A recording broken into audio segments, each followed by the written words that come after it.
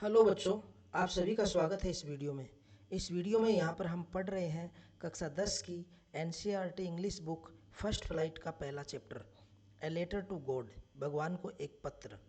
इस चैप्टर को हम line to line, word to word explain करेंगे। साथ ही चैप्टर में स्थित sentence type, new vocabulary, parts of speech को हम डीपली समझेंगे, क्योंकि ग्रामर पार्ट तभी मजबूत होगा जब आप टेक्स्ट बुक को गहनता से पढ़ेंगे।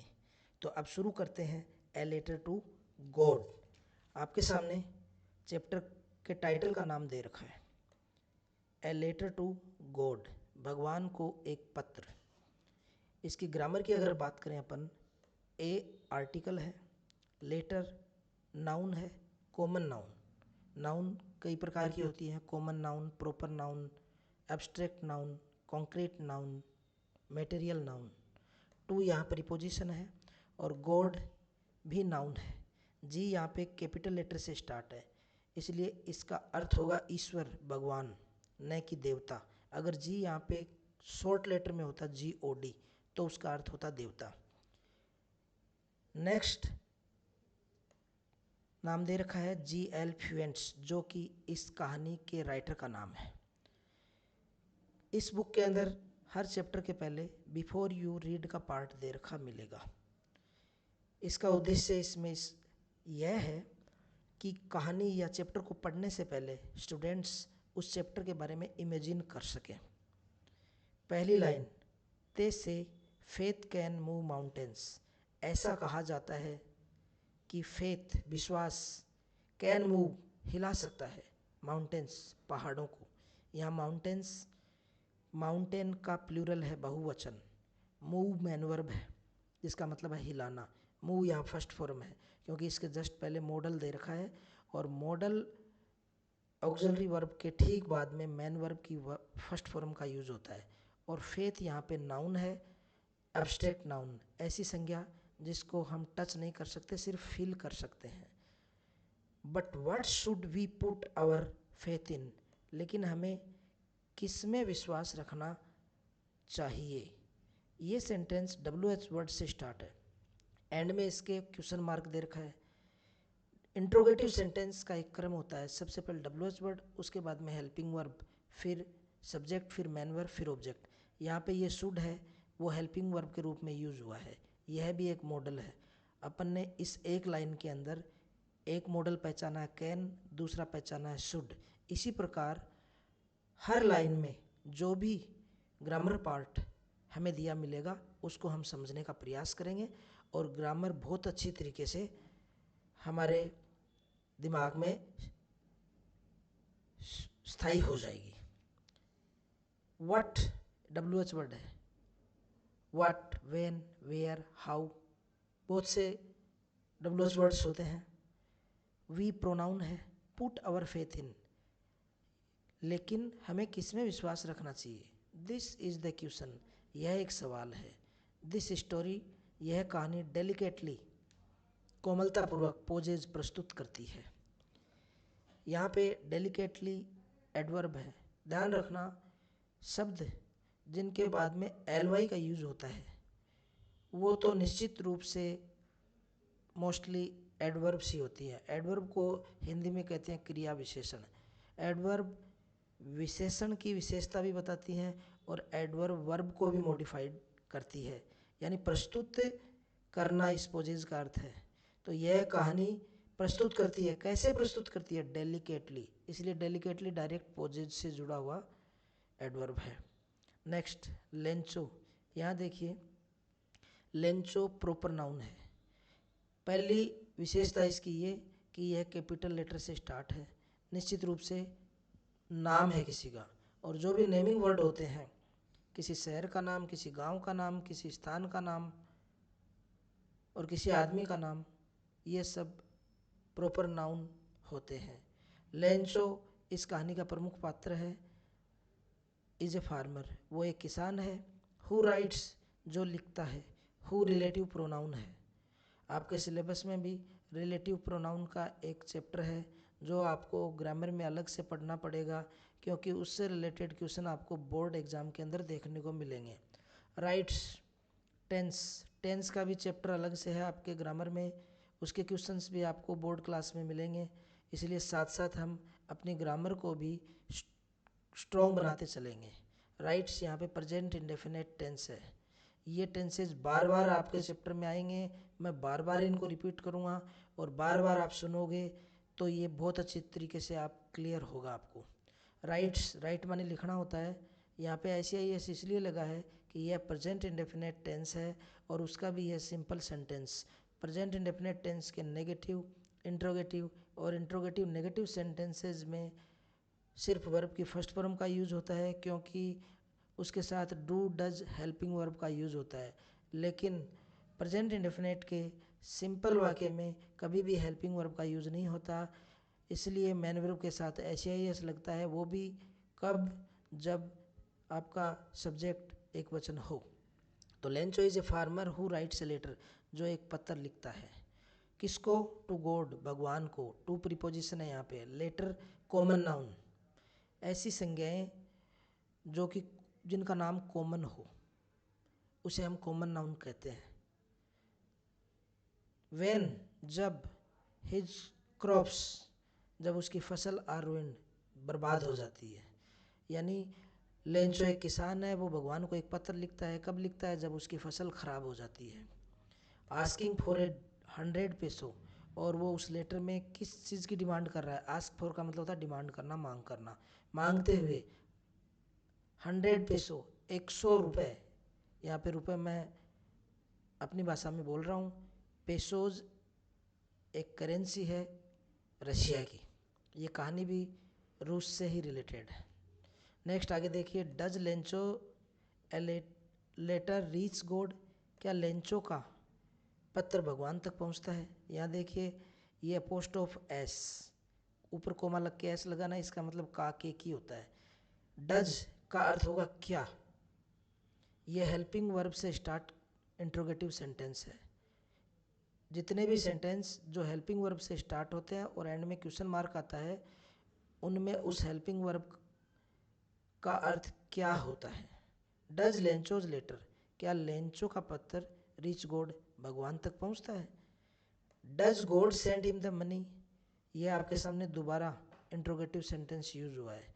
इससे पहले अपन ने WH वर्ड से रिलेटेड इंट्रोगेटिव सेंटेंस देखा था, और अब नीचे ये हेल्पिंग वर्ब से स्टार्ट इंट्रोगेटिव सेंटेंस है। Does God send him the money, क्या भगवान उसे पैसे भेजता है। थिंक, सोचो, देखना यहाँ पे ये वर्ब की फर्स्ट फॉर्म से स्टार्ट सेंटेंस है। आपने कई बार सुना होगा, जैसे कोई अपने को टीचर कहे अपने को कि ब्रिंग योर नोटबुक, तो ब्रिंग से स्टार्ट वो सेंटेंस, यानी लाओ, वो या तो आदेश है या फिर सलाह है। तो यहाँ पर भी थिंक, सोचो, व्हाट योर आंसर्स, क्या जवाब होंगे। आंसर मान जवाब, टू दीज क्वेश्चंस, इन सवालों के, वुड बी यानी होंगे। कौन से सवालों के? दो क्वेश्चन हुए आपके सामने, एक तो है does Lencho's letter reach God, क्या लेंचो का पत्र भगवान तक पहुंचेगा, और दूसरा क्वेश्चन है क्या भगवान उसे पैसे भेजेगा। एंड, गेस और अनुमान लगाओ, यहाँ पे ये दोबारा इंपेरेटिव सेंटेंस आ गया। इंपेरेटिव सेंटेंस यानी वर्ब की फर्स्ट फॉर्म से स्टार्ट। अपन ने दो सेंटेंसेस का जिक्र इस पैराग्राफ में किया है।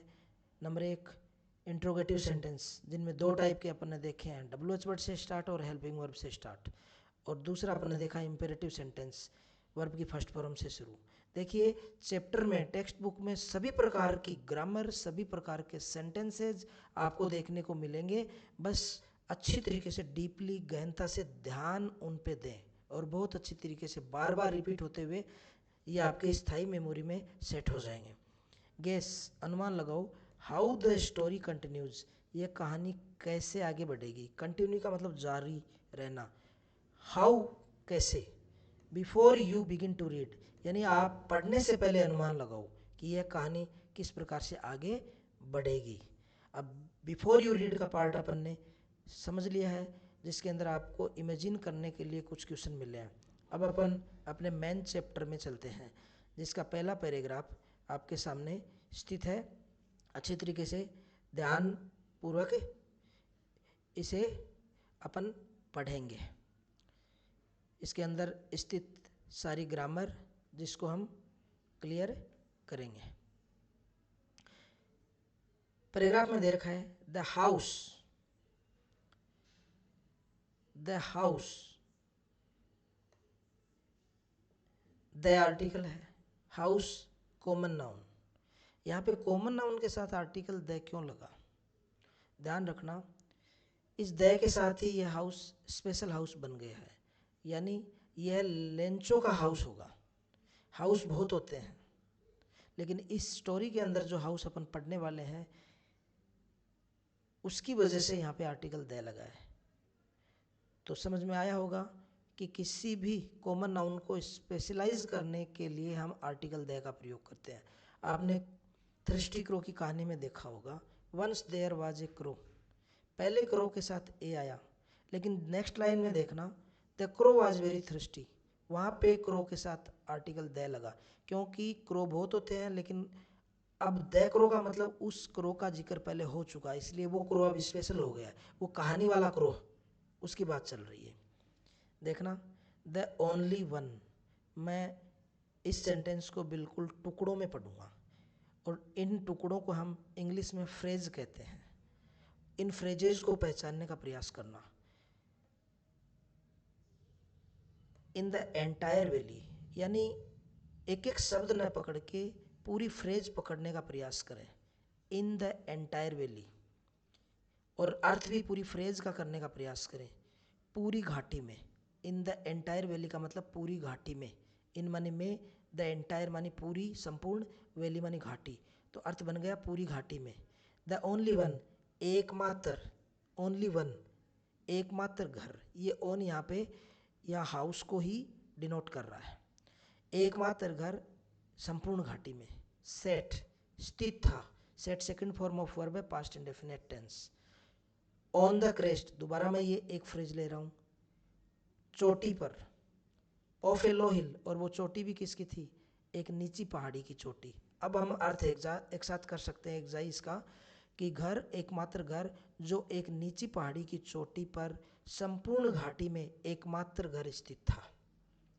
फ्रॉम दिस हाइट, इस ऊंचाई से, दोबारा मैंने इसको पूरी फ्रेज को लिया है, फ्रॉम मानी से, दिस हाइट, इस ऊंचाई से। हाइट जो शब्द है वो हाई से बना है, हाई एडजेक्टिव है, और हाई से जो नाउन बनता है, संज्ञा बनती है, वो हाइट बनती है। बहुत बार कंपटीशन एग्जाम्स में पूछा भी जाता है, एयरफोर्स, नेवी या किसी भी प्रकार की पटवारी की ये एग्ज़ाम जिनके अंदर इंग्लिश के सवाल आते हैं, उनमें इस टाइप के क्वेश्चन पूछे जाते हैं कि जो दिया गया शब्द है उससे नाउन क्या बनेगा।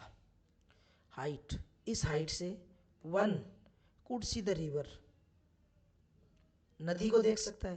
दोबारा देखना, ये एक मॉडल और आ गया है। कुड, आपने पहले कैन पढ़ा था, शुड भी देखा था, कैन का मतलब सकना, शुड मानी चाहिए, और कुड यहाँ पे कैन का पास्ट, यानी वन कुड सी द, क्योंकि कहानी पास्ट में चल रही है।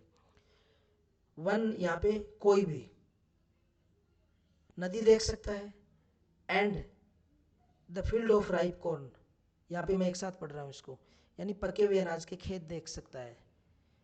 डोटेड विद द फ्लावर्स, जो कि फूलों से लदे हुए हैं। दैट ऑलवेज प्रोमिस्ड, जो कि हमेशा वादा करते हैं, ए गुड हार्वेस्ट, एक अच्छी फसल का, यानी खेत का सीन दिखा रखा है, और उस खेत के अंदर पके हुए अनाज के पौधे लगे हुए हैं और वो फूलों से लदे हुए हैं, तो उनको देख के ऐसा लग रहा है कि बहुत अच्छी फसल होने वाली है। द ओनली थिंग, एकमात्र चीज। द अर्थ, यहाँ पे देखना ओनली मानी केवल भी होता है, और यहाँ पे सेंटेंस के हिसाब से हम एकमात्र ही बोलेंगे, एकमात्र चीज। द अर्थ नीडेड, जिसकी धरती को आवश्यकता थी। नीडेड, नीड मानी आवश्यकता, needed second form of verb, past indefinite tense. देख लिए, हमने पहले राइट्स देखा था तो वो प्रेजेंट इंडेफिनिट था, ऐसे आई एस लगा। यहाँ पे ऊपर अपन ने ये सेट देखा, ये सेकंड फॉर्म ऑफ वर्ब है जो कि पास्ट इंडेफिनिट। यहाँ पे needed second form of verb आ गई, पास्ट इंडेफिनिट। प्रोमिस्ड है वो पास्ट इंडेफिनिट। यानी स्टोरीज जो होती है पहले की, वो मैक्सिमम पास्ट टेंस में ही चलती है। आपके एग्जाम्स में भी जो स्टोरीज आती है, thirsty crow, lion and mouse, सभी प्रकार की, उनमें भी हमेशा पास्ट टेंस का ही यूज किया जाता है। तो द ओनली थिंग, एकमात्र चीज़, द अर्थ नीडेड, जिसकी धरती को आवश्यकता थी, वाज ए डाउनपोर, वो थी बरसात। डाउनपोर का मतलब बरसात। और एटलीस्ट ए शावर, या फिर कम से कम बौछार। शावर मानी बौछार। शावर आपने सुना होगा नाम, बाथरूम के अंदर शावर लगा होता है, फुहारा जिससे अपन नहाते हैं। एटलीस्ट मानी कम से कम कुछ बौछार की या बरसात की आवश्यकता थी उसके खेतों को।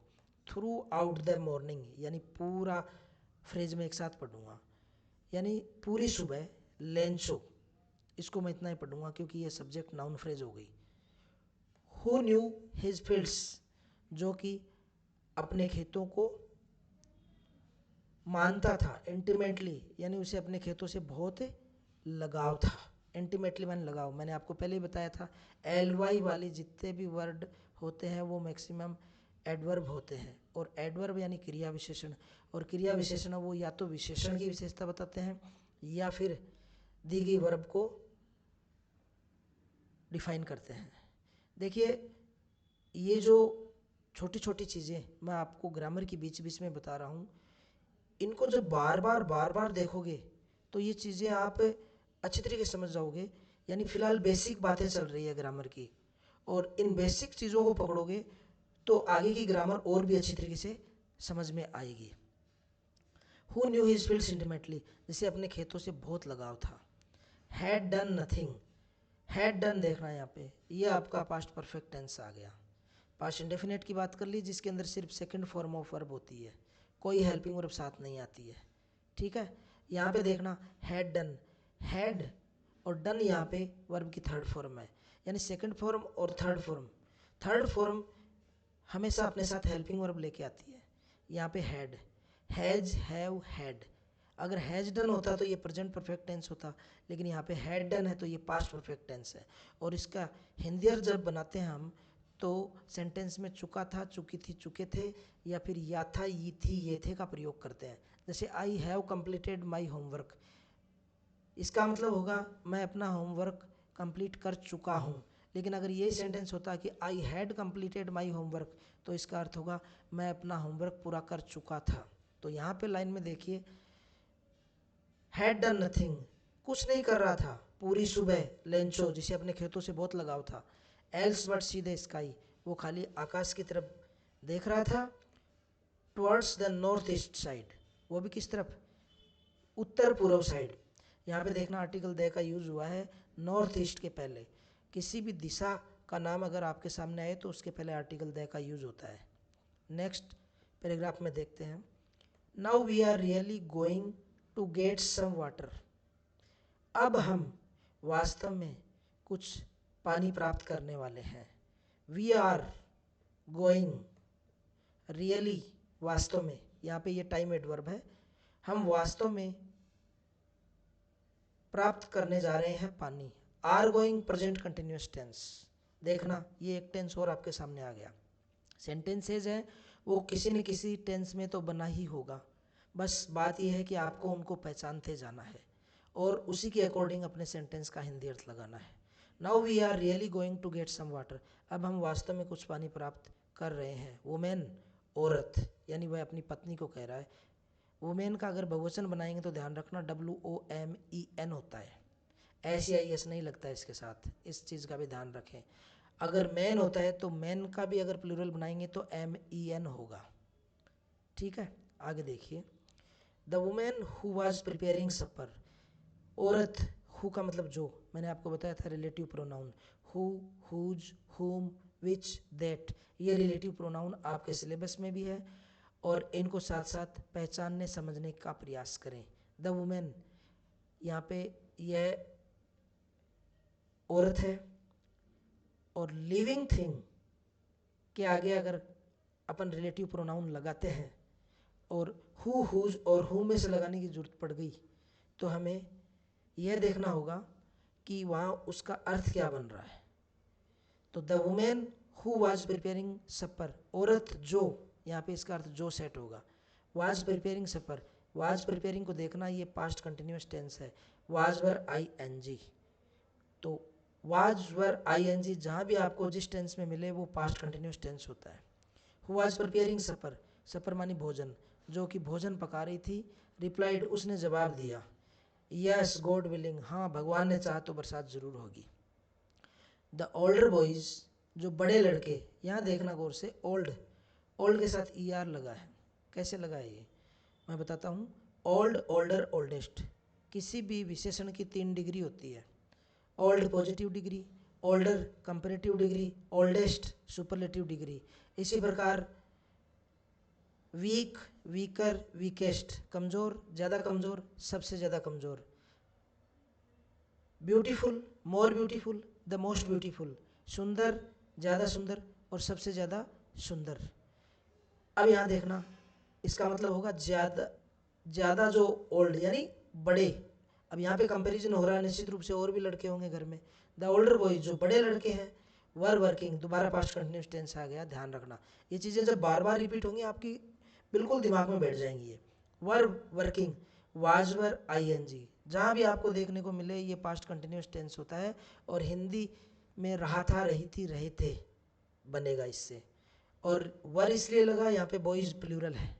और यहाँ वाज इसलिए लगा कि वुमेन एक वचन है। आगे देखना, the older boys were working in the field, वो खेत में काम कर रहे थे। वाइल द स्मॉलर वंस, और जो छोटे लड़के हैं, वही बात इसमें आ गई, small, smaller, smallest.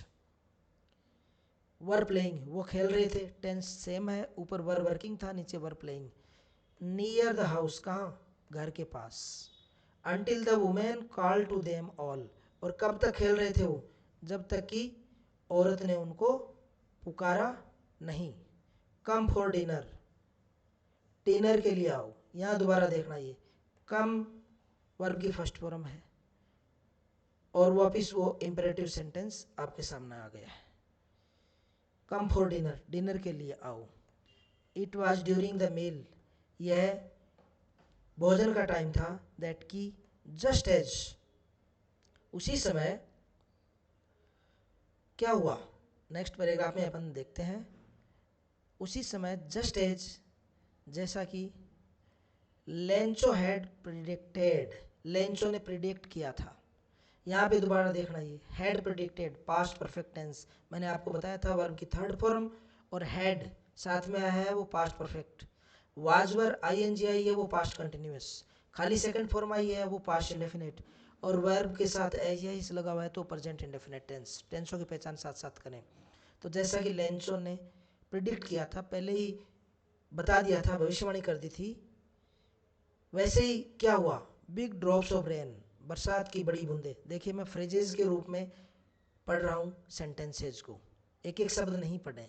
Big drops of rain, बरसात की बड़ी बूंदे, बिगेन टू फॉल, गिरने लग गई। जैसा कि उसने पहले कह दिया था अपनी पत्नी को कि हम निश्चित रूप से बरसात होने वाली है, हो सकता है बादल देख लिए होंगे उसने उस साइड में, नॉर्थ ईस्ट साइड में। नेक्स्ट देखना, इन द नॉर्थ ईस्ट, उत्तर पूर्व साइड में, ह्यूज माउंटेन्स, बड़े बड़े जो पहाड़, ह्यूज यहाँ विशेषण है माउंटेन्स का, माउंटेन्स बहुवचन आ गया यहाँ पे माउंटेन का। ह्यूज माउंटेन्स ऑफ क्लाउड्स, बड़े बड़े पहाड़ ऑफ क्लाउड्स, बादलों के। कुड बी सीन, देखे जा सकते थे, कुड यहाँ पे मॉडल आ गया दोबारा। अप्रोचिंग, पहुँचते हुए, यानी बादल उमड़ते हुए दिखाई दे रहे थे। द एयर वॉज फ्रेश, हवा ताज़ा थी, फ्रेश मानी ताज़ा, ये भी एक विशेषण है। एंड स्वीट, मीठी थी, ये भी एक विशेषण है। द मैन, जिसको हम इंग्लिश में एडजेक्टिव बोलते हैं। वेंट आउट, आदमी बाहर गया। देखो गो की सेकंड फॉर्म वेंट, आपने सुना होगा गो, वेंट, गोन, ये पास्ट इंडेफिनिट आ गया। सेकंड फॉर्म जहाँ आ गई past indefinite. The man went for no other reason, बाहर गया किसी अन्य कारण से नहीं। Then to have the pleasure, बस वो तो आनंद लेना चाहता था। प्लेजर माने आनंद, किस चीज़ का, ओ फीलिंग द रेन, बरसात को महसूस करने का आनंद। ऑन हिज बॉडी, अपने शरीर पे। एंड वेन ही रिटर्न, और जब वो वापस लौटा, यहाँ पे ये when relative adverb, return second form of return. He exclaimed, और जब वो वापस लौटा तो उसने आश्चर्यचकित होकर कहा, एक्साइट होकर कहा कि these are not rain drops, ये रेन ड्रॉप्स नहीं है, बरसात की बूंदे नहीं है। फॉलिंग फ्रॉम द स्काई, जो आकाश से गिर रही हैं, फॉलिंग मानी गिरना। दे आर न्यू कॉइन्स, ये नए सिक्के हैं। द बिग ड्रॉप्स, बड़ी बूंदे, आर 10 सेंट पीसेज, 10 के सिक्के हैं। एंड द लिटिल वंस, और छोटी जो बूंदे हैं, आर फाइव्स, वो 5 के सिक्के हैं। यहाँ पे लिटिल वंस, वंस यहाँ बूंदों के लिए आया है, ध्यान रखें इस बात को। कहीं आप ये देखोगे लिटिल वंस और मैं अर्थ बोल रहा हूँ छोटी बूंदे, वंस है वो प्रोनाउन के रूप में यूज हुआ है ड्रॉप्स के बारे में। नेक्स्ट पैराग्राफ में हम देखते हैं विद सेटिस्फाइड एक्सप्रेशन, बिल्कुल संतुष्ट अभिव्यक्ति के साथ, ही regarded the fields of ripe corn, वो अपने पके हुए खेतों के बारे में ही कह रहा था। विद इट्स फ्लावर, जो कि फूलों से लदे हुए थे। Draped in A curtain of rain, और बरसात का पर्दा, कर्टेन मानी पर्दा होता है, उससे लिपटे हुए वो खेत दिख रहे थे। बट सडनली, लेकिन अचानक, ए स्ट्रॉन्ग विंड बिगेन, एक मजबूत हवा बहने लग गई। स्ट्रॉन्ग विशेषण है हवा के लिए, सडनली मानी अचानक, ये एक एडवर्ब है। Began second form of verb, begin की second form, begin, began, begun, तो यहाँ पे ये सेकंड फॉर्म आ गई तो इसका मतलब पास्ट इंडेफिनिट टेंस। लेकिन अचानक एक मजबूत हवा बहने लग गई, यानी टू ब्लो, ब्लो का मतलब बहना। एंड अलोंग द रेन, और बरसात के साथ साथ, ये अलोंग यहाँ प्रीपोजिशन है, अलोंग अक्रॉस हम सामने आएगा अपने। वेरी लार्ज हेल स्टोन्स, बड़े बड़े ओले, हेल स्टोन्स मानी ओले, बिगेन टू फॉल, वो गिरने लग गए बरसात के साथ। दिस ट्रूली डिड रिजेंबल, अब तो ये सच में ही लगने लग गए न्यू सिल्वर कॉइन्स, क्योंकि इतनी देर तो वो इमेजिन कर रहा था, उस बरसात को कह रहा था एक्साइटमेंट में कि ये 10 के सिक्के हैं, ये 5 के सिक्के हैं, लेकिन अब तो जब ओले नीचे गिरने लग गए तो वो सच में ही चांदी के सिक्के लगने लग गए। द बॉयज एक्सपोजिंग देमसेल्व्स, जो लड़के थे वो बाहर जा रहे थे बरसात में। रेन आउट, एक्सपोज का मतलब बाहर निकलना। To collect the frozen pearls, देखना पूरे की पूरी एक ही फ्रेज है और इसको एक साथ पढ़ा है मैंने। To collect the frozen pearls, यानी जमे हुए मोतियों को कलेक्ट करने के लिए वो बाहर दौड़ के जा रहे थे, और जमे हुए मोती क्या है यहाँ पे, वही ओले। नेक्स्ट पैराग्राफ में देखिए, it is really getting bad now, ये तो वास्तव में बहुत बुरा हो रहा है। गेटिंग बैड यानी बुरा होना, और ये BAD है, बैड मानी बुरा। BED बैड मानी होता है बिस्तर, ध्यान रखना है इन चीज़ों को। नाउ मानी अब, ये एडवर्ब आ गई। वास्तव में बुरा हो रहा है, क्योंकि बुरा इसलिए हो रहा है कि उसे तो बरसात की आवश्यकता थी, और ओले आपको पता है फसल को नुकसान पहुंचाते हैं। एक्सक्लेम्ड द मैन, उस आदमी ने बहुत ही एक आश्चर्यचकित होकर कहा कि यार ये तो बहुत बुरा हो रहा है। I hope it Passage quickly, मैं आशा करता हूँ कि ये जल्दी ही गुजर जाए। क्विकली माने तेजी से, ये यहाँ पे एडवर्ब आ गई, क्रिया विशेषण। पासेज मैन वर्ब है, मुख्य क्रिया, और ये प्रेजेंट इंडेफिनिट टेंस है, SIS लगा हुआ है यहाँ पे, ध्यान रखना कि ये जल्दी गुजर जाए। It did not pass quickly, लेकिन ये जल्दी नहीं गुजरे। फॉर एन आवर, 1 घंटे तक। द हेल रेंड, वो ओलों वाली बरसात हुई। ऑन द हाउस, घर पर। द गार्डन, बगीचे में। द हिल साइड, और पहाड़ी की साइड। द कॉर्नफील्ड, अनाज के खेतों में। देखिए इन सब के साथ आर्टिकल द लगा हुआ है, और फ्रेज में इसको द को आर्टिकल को साथ पढ़ा जाएगा, और ये आगे जो दे रखी है वो सब नाउन है। हमेशा याद रखना आर्टिकल नाउन के पहले ही आते हैं। ऑन द वॉल वैली, संपूर्ण घाटी में। द फील्ड वाज वाइट, खेत पूरी तरीके से सफ़ेद हो गया। As if covered with salt, मानो कि वो कवर्ड हो, ढका हुआ हो साल्ट, नमक से। एज इफ का मतलब होता है मानो की। नेक्स्ट पैराग्राफ में देखते हैं, नॉट ए लीफ रिमेंट, एक भी पत्ती नहीं बची। नॉट ए लीफ, रिमेंड बची, पास्ट इंडेफिनिट टेंस, रिमेन मानी बचना। ऑन द ट्रीज, पेड़ों पर। द कॉर्न वाज, अनाज टोटली डिस्ट्रॉयड, पूरी तरीके से नष्ट हो गया। द फ्लावर्स वर गॉन, फूल झड़ गए। फ्रॉम द प्लांट्स, पौधों से। लेंचोज सोल, लेंचो की जो आत्मा है, यहाँ देखना ये दोबारा कोमा एस लगा हुआ है, इसका मतलब काके की होता है। लेंचो की आत्मा। वाज फिल्ड विद सैडनेस, उदासी से भर गई। व्हेन, जब। द स्टॉर्म हैड पास्ट, जब तूफान गुजर गया। हैड पास्ट, दोबारा देखना पास्ट परफेक्ट टेंस। हैड और थर्ड फॉर्म जहाँ कहीं मिले वो पास्ट परफेक्ट टेंस होता है, यानी जब तूफान गुजर चुका था, इसके हिंदी में भी मैंने चुका था चुकी थी लगाया है। He stood in the middle of the field, वह खेत के बीचों बीच खड़ा हो गया। Stood, stood second form of stand, stand आप बोलते हैं ना अपन खड़े होना, तो स्टूड सेकंड फॉर्म है। In the middle of the field, खेतों के बीचों बीच, मिडिल माने बीच में। And said to his sons, और अपने बेटों से बोला, अपने बेटों से कहा। ये सेड है वो सेक की सेकंड फॉर्म है, एस ए वाई, उसकी second form S A I D, E D लगाते हैं अपन सेकंड फॉर्म बनाने के लिए मैक्सिमम वर्ब के साथ, लेकिन यहाँ पे देखना एस ए वाई के ई डी नहीं लगेगा, एस ए आई डी होगा।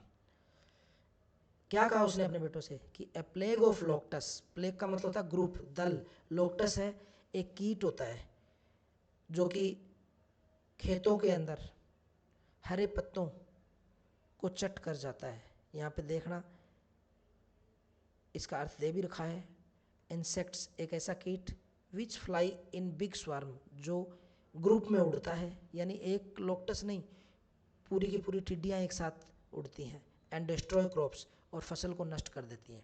तो लेंचो कह रहा है कि ए प्लेग ऑफ लोकटस, यानी टिड्डियों का दल, वो भी है ना। ये देखो यहाँ पे लेंचो खड़ा है अपने खेत में, पूरा खेत सफ़ेद हो रखा है ओलों की वजह से,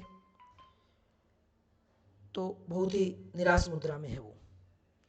तो ये कह रहा है कि अपने बेटों से कि टिड्डियों का दल है ना, वो भी क्या करता, वो भी हैव लेफ्ट मोर दिस, वो भी इससे कुछ ज़्यादा छोड़ता। लेफ्ट, ध्यान से देखना, हैव लेफ्ट, अब ये नया टेंस आया present perfect tense, third form दे रखी है, leave left left, leave first form, left left, और हैव है वो थर्ड फॉर्म के साथ है हेल्पिंग वर्ब लगी हुई है। मोर देन दिस, यानी टिड्डियों का दल भी इससे ज़्यादा छोड़ता। The hell has left nothing, hello ने यानी ओलों ने कुछ नहीं छोड़ा। दिस ईयर, इस साल, we will have no corn, हम कोई अनाज नहीं प्राप्त कर पाएंगे। कॉर्न माने अनाज। नेक्स्ट लाइन क्या बोलता है वो कि this night was a sorrowful one, ये रात तो बहुत ही दुखद रही। ऑल आवर वर्क, हमारा पूरा काम, हमारी पूरी मेहनत, फॉर नथिंग, बेकार चली गई। देयर इज नो वन, कोई नहीं है, हु कैन हेल्प अस, जो हमारी मदद कर सके। यहाँ दोबारा मॉडल आया है, ये who relative pronoun, who, whose, whom, which, that, मैंने बताया था ना उनमें से जो आपके सिलेबस में है, ध्यान से सुनना। We will all go hungry, हम सभी भूखे मर जाएंगे। हंग्री यहाँ पे विशेषण भूखा। दिस ईयर, इस साल। अब इसके बाद में देखना ओरल कॉम्प्रहेंशन चेक, आपका जो चैप्टर है उसका एक पार्ट पूरा हो चुका है। उसके नीचे आपके सामने 4 ओरल क्वेश्चन दे रखे हैं। ओरल का मतलब था मौखिक, इनका जवाब अपन मौखिक में देंगे। पहला क्वेश्चन है, what did Lencho hope for, Lencho को किस चीज़ की आशा थी। शुरू में पढ़ा था आपने चैप्टर में कि लेंचो बरसात की आस कर रहा था। He was expecting for downpour और at least a shower, because he was looking at his fields, वह अपने खेतों की तरफ देख रहा था। And the fields were laden with flowers and the ripe corn. So अब वो आस किस बात की कर रहा था, होप माने आशा करना, वो सिर्फ डाउनपोर और एटलीस्ट अ शॉवर, बरसात की आशा कर रहा था। नेक्स्ट क्वेश्चन है, व्हाई डिड लेंचो से the rain drops were like new coins, यानी लेंचो क्यों, वाई का मतलब होता क्यों, लेंचो कहता है रेन ड्रॉप्स, बरसात की बूंदों को, न्यू कॉइन्स, नए सिक्के। आपने देखा होगा कि उसने बड़े ही एक्साइटमेंट में कहा था कि ये जो बरसात है, ये बरसात की जो बूंदें हैं, ये बरसात की बूंदें नहीं है, ये नए सिक्के हैं। यानी वो बड़ी बूंदों को 5 के 10 के सिक्के बता रहा है और छोटी बूंदों को 5 के सिक्के बता रहा है। तो वो क्यों कह रहा है ऐसा, you know that he was very happy to see the rain and in the excitement he told the raindrops the coins. Next, third question, how did the rain change, बरसात किस में बदली। तो आपको पता है बरसात किस में बदली, हेल स्ट्रॉम में बदली थी, यानी ओलों के तूफान में। तो इसका अर्थ अपन ये लिखेंगे कि the rain changed into the hail storm. What happened to Lencho's field, और उस हेल स्टॉर्म की वजह से लेंचो के खेतों को क्या हुआ। तो Lencho's fields totally covered with hills, and it looked like it covered with the salt, and the plants and the crops totally ruined. पूरी तरीके से फसल बर्बाद हो गई थी. Next question, what were Lencho's feeling? Lencho की फीलिंग क्या थी? व्हेन द हेल स्टॉप्ड, जब ओले रुक गए. तो ओले रुकने के बाद तो बिल्कुल उदास हो गया था, जैसे लास्ट स्टेंजा में दे रखा है. वो कह रहा था ना, the hail has left nothing, ओलों ने कुछ नहीं छोड़ा.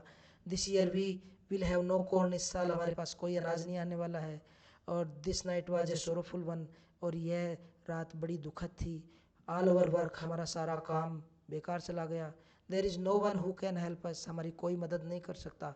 We will all go hungry this year, हम इस साल भूखे मरेंगे.